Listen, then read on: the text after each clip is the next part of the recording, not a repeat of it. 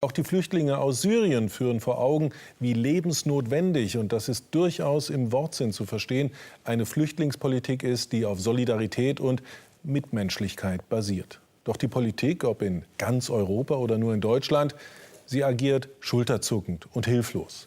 In einem solchen Klima gedeiht Fremdenfeindlichkeit prächtig.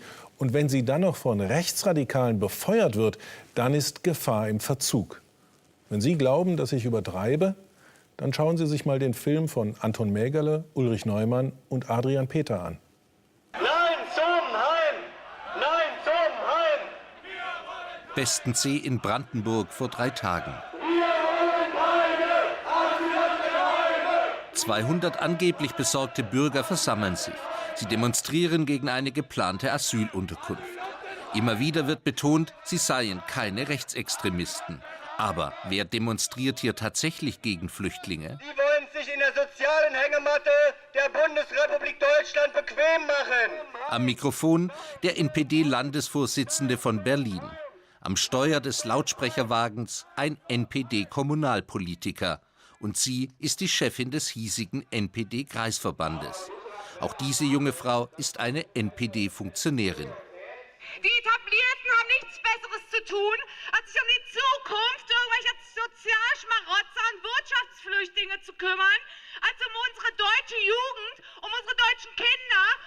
Und das größte Transparent gehört der NPD. Doch heute ist das NPD-Logo abgeklebt. Bestensee ist dieser Tage an vielen Orten. Wir sind das Volk! Wir sind das Volk! Wir sind das Volk! Wir sind das Volk! Wir sind das Volk! Wir wollen kein Asylbewerberheim! Wir wollen kein Asylbewerberheim! Bürgerproteste oder Nazi-Demos? Wo immer derzeit in Deutschland Flüchtlinge hin sollen, ist die Stimmung aufgeheizt. Als ich vor ein paar Tagen hier durchs Dorf gegangen bin, da hatte ich schon den Eindruck, es ist hier eine Pogromatmosphäre. Pogromatmosphäre in einer 400-Einwohner-Gemeinde? Beichlingen in Thüringen. Das Land prüft, ob hier in diesem ehemaligen Ferienlager Flüchtlinge untergebracht werden könnten. Man habe nichts gegen Ausländer, sagen viele, aber sie seien einfach zu wenige für so viele Fremde. Eine Stimmung, die sich jetzt auch die NPD zunutze macht. Kinderdorf statt Asylflut, Nein zum Heim steht auf ihren Flugblättern.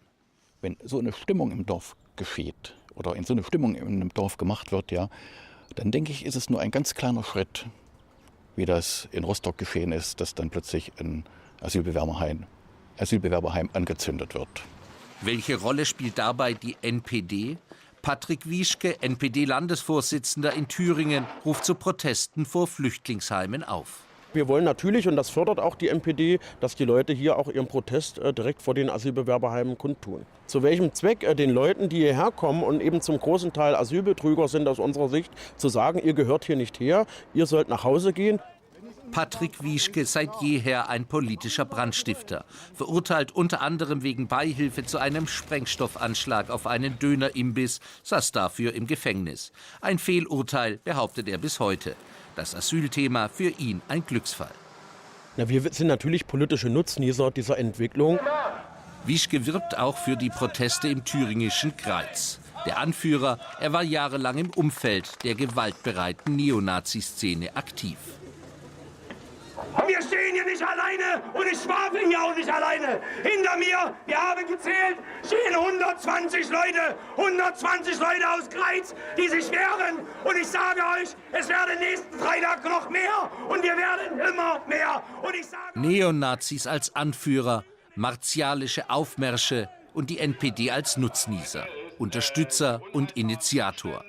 Nach Recherchen von Report Mainz hat die NPD bundesweit dieses Jahr bereits 47 solcher Demonstrationen organisiert oder war beteiligt. Eine Entwicklung, die den Rechtsextremismusforscher Hajo Funke beunruhigt. Das erinnert mich an die Situation in den frühen 90er Jahren, wo es auch so anfing und die Rechtsextremen es geschafft haben, die Stimmung in der Bevölkerung zu radikalisieren, auch zu Gewaltakten. 1992 Rostock-Lichtenhagen.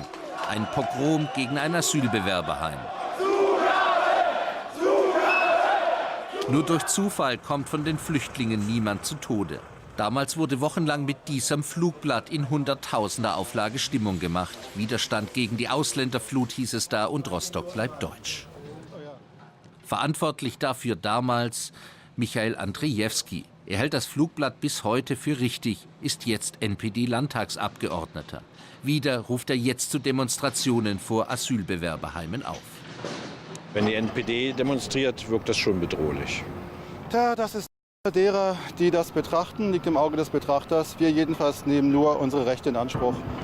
Und auch heute hetzt Andrzejewski wieder mit einem Leitfaden gegen Asylanten. Deutschen empfiehlt er, nie ohne Zeugen mit Asylanten sprechen, Bekanntschaften schließen, lohnt sich nicht und bloß keine Geschenke machen.